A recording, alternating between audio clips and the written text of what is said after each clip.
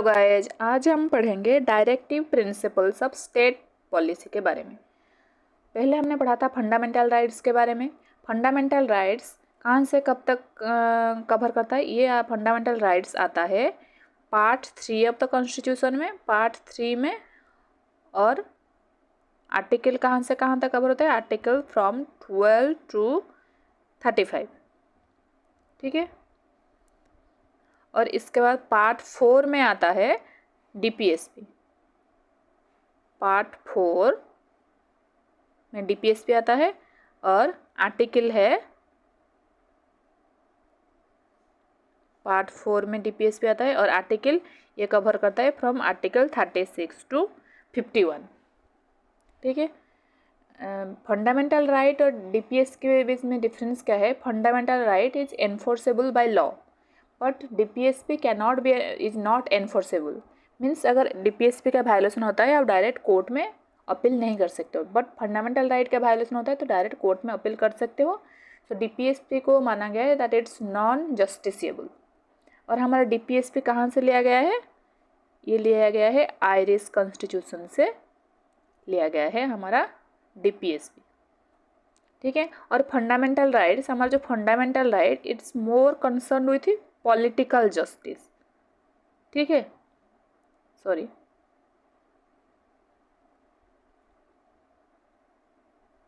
Okay, fundamental right is more concern with हमारा political justice, हमें कैसे मिलेगा? इससे more concern with fundamental rights, but DPSP and fundamental duties are more concern with हमारा social and economic justice, okay.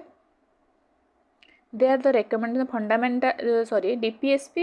They are the recommendation to the state in legislative, executive and administrative matters. Okay, the part of the constitution is undoubtedly in इसे बोला जाता है sister of the previous part, means sister of fundamental rights कहा जाता है किसको? DPSP को, okay. And is described as the conscience of the constitution भी कहा जाता है DPSP को. The idea has been incorporated from the Constitution of Ireland. ये कहाँ से लिया गया है? Constitution of Ireland से, बोलते हैं आयरिश कॉन्स्टिट्यूशन कहा जाता है, okay. Which are taken them, Ireland ने किससे लिया है? हमने लिया है आयरिश कॉन्स्टिट्यूशन से और आयरलैंड ने लिया है फ्रॉम स्पेनिश, उन्होंने स्पेनिश से लिया है। They are a unique blend of socialistic, liberal, democratic and Gandhian principle का मिक्स है DPSP. There are mere instruction not enforceable by law, ये not enforceable by law in state of Tamil Nadu versus Abu Kavur Bai case in 1984 में ये कहा गया है the Supreme Court held that although directive principles are not enforceable but court should not avoid them. In the state of Madras versus Champakam Dorairajan case, the Supreme Court ruled that in case of any conflict, अगर fundamental right और directive principle में conflict कभी होता है the former would prevail, means fundamental right की ही जीत होगी। It declare that the directive principle have to confirm to and run as a subsidiary. Directive principle will always be act as a subsidiary of fundamental rights. तो fundamental right सबसे आगे रहेगा, उसके बाद रहेगा DPSP. The constitution does not contain any classification of directive principle. Constitution में कोई भी क्लासिफिकेशन नहीं की गई है डायरेक्टिव प्रिंसिपल में, but on the basis of the content और उसके डायरेक्शन के हिसाब से हम उसको क्लासीफाई करते हैं 3 कैटेगरीज में। क्या क्या है? Socialistic, Gandhian and liberal intellectual. Socialistic principle क्या कहता है? These principles reflect the ideology of socialism. They lay down the framework of a democratic socialist state, aim at providing social and इसका socialistic principle का aim है social and economic justice and it set a path towards welfare of state. ठीक है, socialistic principle का मकसद है to give people को social and economic justice देना और state welfare state बनाना। सेकेंड प्रिंसिपल है Gandhian principle. This principle based on the Gandhian ideology. They represent the programme and of reconstruction by Gandhi during the national movement के time Gandhi ji ने क्या क्या बोला था, जैसे हमारे सबको सेल्फ इंडिपेंडेंट होना चाहिए, अनटचेबिलिटी नहीं रहना चाहिए, इंडिया में ब्रदरहुड होना चाहिए, ये सब जो एम रखा था गांधी जी ने, अहिंसा का मार्ग अपनाना चाहिए, ये सब फुलफिल करने हमारा मकसद है, डीपीएसपी का मकसद है, तो ये आता है गांधीयन प्रिंसिपल के अंडर। और थर्ड है liberal and intellectual principle. The principles included in this category the ideology of liberalism means कट्टरपंथ नहीं होना चाहिए, लिबरल फ्लेक्सिबल होना चाहिए, सबको अपने ओपिनियन रखने का हक है, सबका राइट है, तो इस ये शो करता है लिबरल इंटेलेक्चुअल प्रिंसिपल। तो अब हम जानेंगे आर्टिकल्स के बारे में, क्या क्या आर्टिकल्स है डीपीएसपी में और क्या कहता है ये आर्टिकल्स। आर्टिकल 38 कहता है टू सिक्योर, आर्टिकल 38 में है to secure and protect a social order which stand for the welfare of the people. तो सोशल ऑर्डर को बनाए रखना है for the welfare of people, ये है आर्टिकल 38 में। आर्टिकल 39 कहता है the state will in a particular direct its policy toward securing adequate means of livelihood for all citizens को अपना लाइवलीहुड मिलना चाहिए। A proper distribution of the material resource, सबके बीच अच्छे से डिस्ट्रीब्यूट होना चाहिए। Prevention of concentration of wealth to common detriment, equal pay for equal work, ये है इम्पोर्टेंट, ये किसके अंडर आता है, इक्वल पे और equal pay for equal work, means कोई भी जेंडर डिस्क्रिमिनेशन नहीं होगा, ये आता है आर्टिकल 39 के अंडर।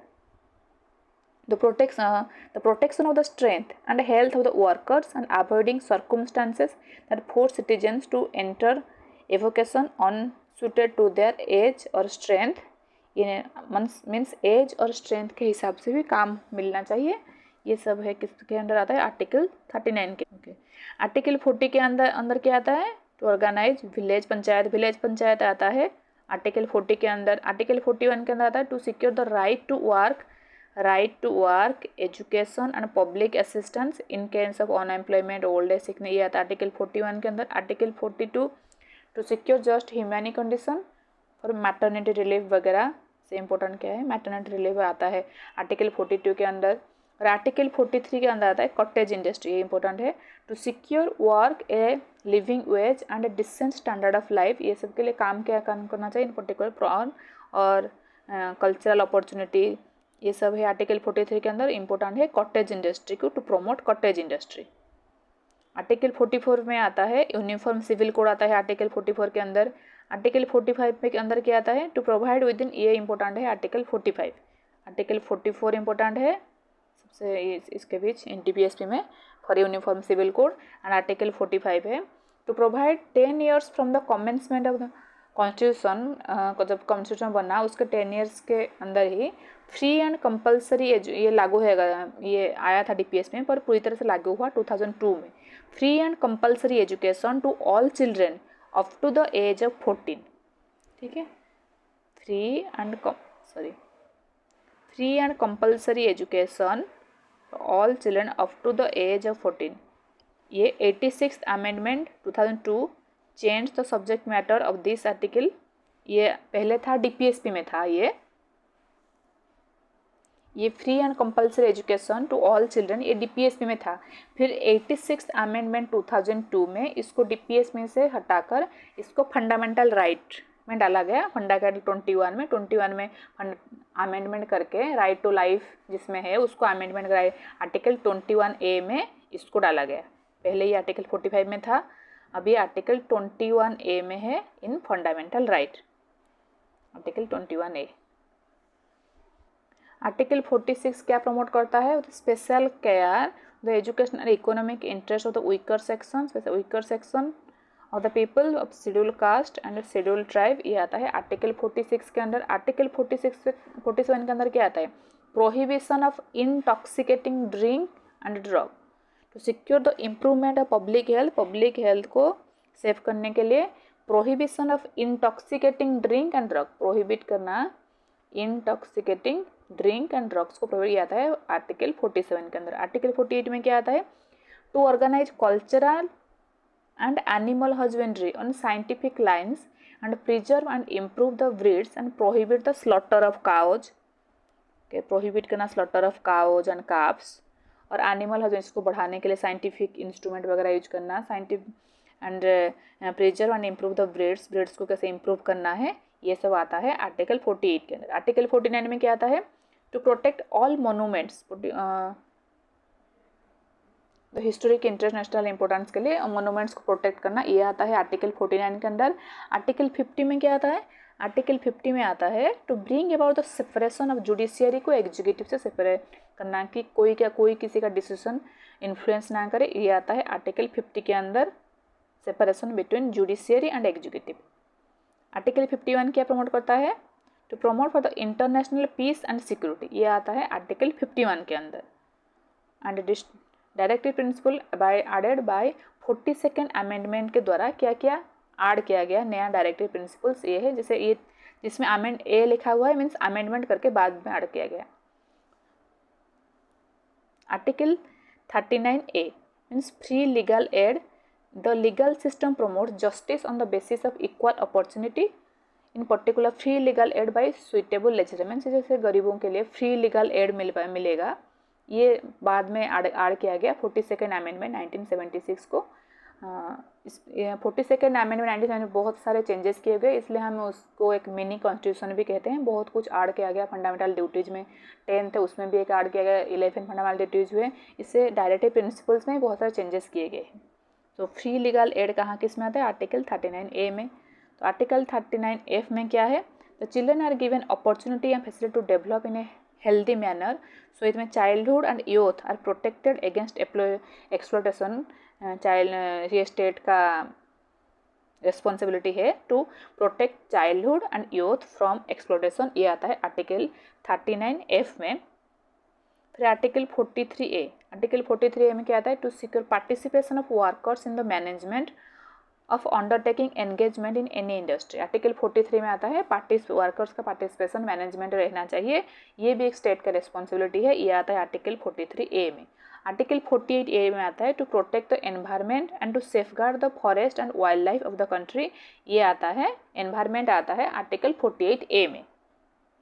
फिर आता है डायरेक्टिव प्रिंसिपल, कुछ 44th अमेंडमेंट जब किया गया 1978 को, उसमें भी उसमें चेंजेस किए गए डीपीएसपी में आर्टिकल 38A में क्या आया, टू मिनिमाइज द इनइक्वालिटीज,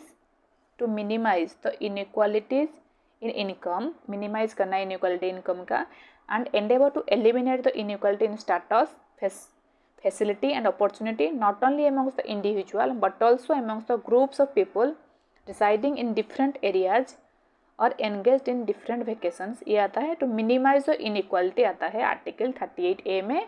ये कब का ऐड किया गया, 44th अमेंडमेंट 1978 को।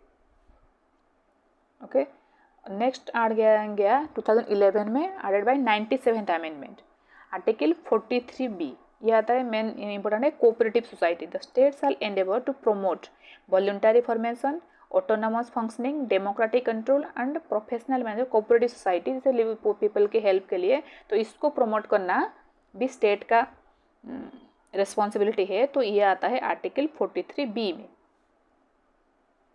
फिर आता है directive principle mention in other parts, और क्या क्या पार्ट है जिसमें बाद में ऐड किए गए और कुछ थे पहले से भी, जैसे ये सब ऐड किया गया, जैसे आर्टिकल 350A में क्या आता है, प्राइमरी एजुकेशन इन 350A में आता है primary education in mother tongue to the people of minorities, ये है प्राइमरी एजुकेशन मदर टंग में होना चाहिए पीपल ऑफ माइनॉरिटीज़ के लिए, माइनॉरिटीज पीपल को प्राइमरी एजुकेशन मदर टंग में होना चाहिए। आर्टिकल 335 में है appoint the people of the schedule caste and schedule tribe in and as union और स्टेट सर्विसेज, अपॉइंट कर पीपल ऑफ शेड्यूल कास्ट और शेड्यूल ट्राइब पीपल को अपॉइंट करना चाहिए इन यूनियन और स्टेट सर्विस में, ये आता है आर्टिकल 335 में। आर्टिकल 351 में है to spread Hindi language, article 351 आता है हिंदी लैंग्वेज को स्प्रेड करना, it will be the duty of the union to spread Hindi language among the people of India which will develop our cultural and social element. So article 350 में क्या आया, article 350 में primary education mother tongue में होना चाहिए for the people of minorities. Article 335 में है schedule caste and schedule tribe को मिलना चाहिए appointment in the union and state service में, और आर्टिकल 351 है to spread Hindi language among the nation. So DPSP में बस इतना ही। नेक्स्ट हम फंडामेंटल ड्यूटीज़ के बारे में पढ़ेंगे। Thank you for watching this video.